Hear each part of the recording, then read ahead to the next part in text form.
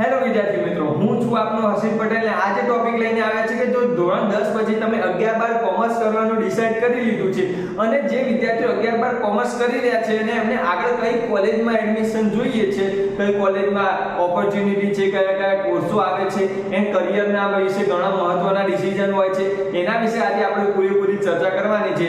એટલે 11-12 કોમર્સમાં કયા popular course છે જે અહીંયા આપણે પૂરેપૂરા કવર કરવાની કોશિશ કરી છે. તો જો તમને વિડિયો ગમે તો લાઈક, કમેન્ટ અને સબસ્ક્રાઇબ કરજો. ચલો વાત કરીએ કે ધોરણ 10 અને ધોરણ 12 પછી જો તમે કોમર્સ લીધું છે તો આગળ એના વિશે શું કરવું. ચલો આવા સાથે ચલો વિદ્યાર્થી મિત્રો, હવે વાત કરીએ કોમર્સની.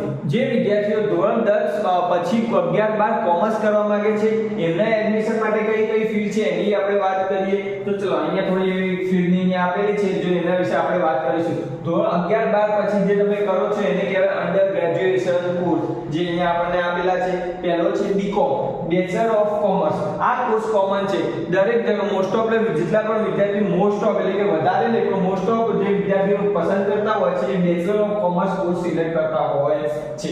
એના પછી આવે છે BBI, bachelor of banking and insurance. જે વિદ્યાર્થી મિત્રોને બેન્કિંગ અને ઇન્સ્યોરન્સમાં ઇન્ટરેસ્ટ હોય આ કોર્સમાં તમે શું કરો છો, જઈ શકો છો. પછી આવે છે BAF, bachelor of accounting and finance. આ કોર્સ બહુ સારો હોય છે જેમાં તમે એડમિશન લઈ શકો. BMS, bachelor of management studies. જો સ્ટડી વિશે આગળ જાણવા માંગતા હો તો કયા કોર્સમાં તમે જઈ શકો છો. BMM, bachelor of mass media. એ પણ એક સારો એવો કોર્સ આવે છે, તમે ગૂગલ પર સર્ચ કરશો તો એના વિશે તમને મળી જશે. BBM, bachelor of business management.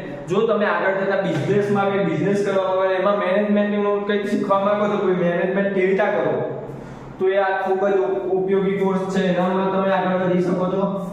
પછી BCA, bachelor of computer application. આ કોર્સ તમે જો આઈટી કરવા માંગો એટલે કે ઇન્ફોર્મેશન ટેકનોલોજી IT તો 11-12 પછી તમે કોમ્પ્યુટર એપ્લિકેશન કરી શકો, જેના માટે બેસ્ટ કોર્સ છે. પછી BCA, બેચલર ઓફ ઇકોનોમિક્સ. આ પણ એક સારો એવો કોર્સ છે.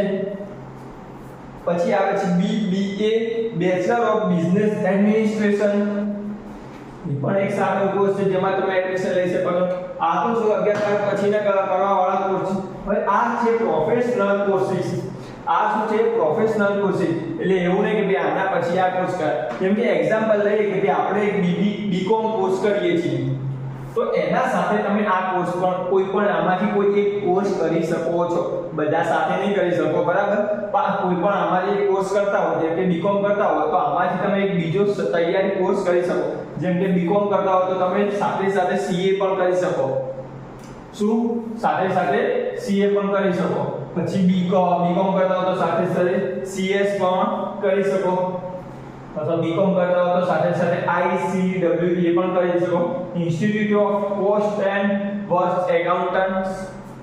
ચલો પછી કોઈ આના સાથે કોઈ NISM પણ કોર્સ કરી શકો. National institute of securities market. જો તમે સ્ટોક માર્કેટ કે કોઈ એવા માર્કેટ વિશે જાણવા માંગતા હોય, સ્ટોક માર્કેટ અપડેટ ડાઉન, એના માટે ઘણા બધા કોર્સ આવે છે, પણ આ પણ એક એવો સારો એવો કોર્સ છે જેના માટે તમે શું કરી શકો છો.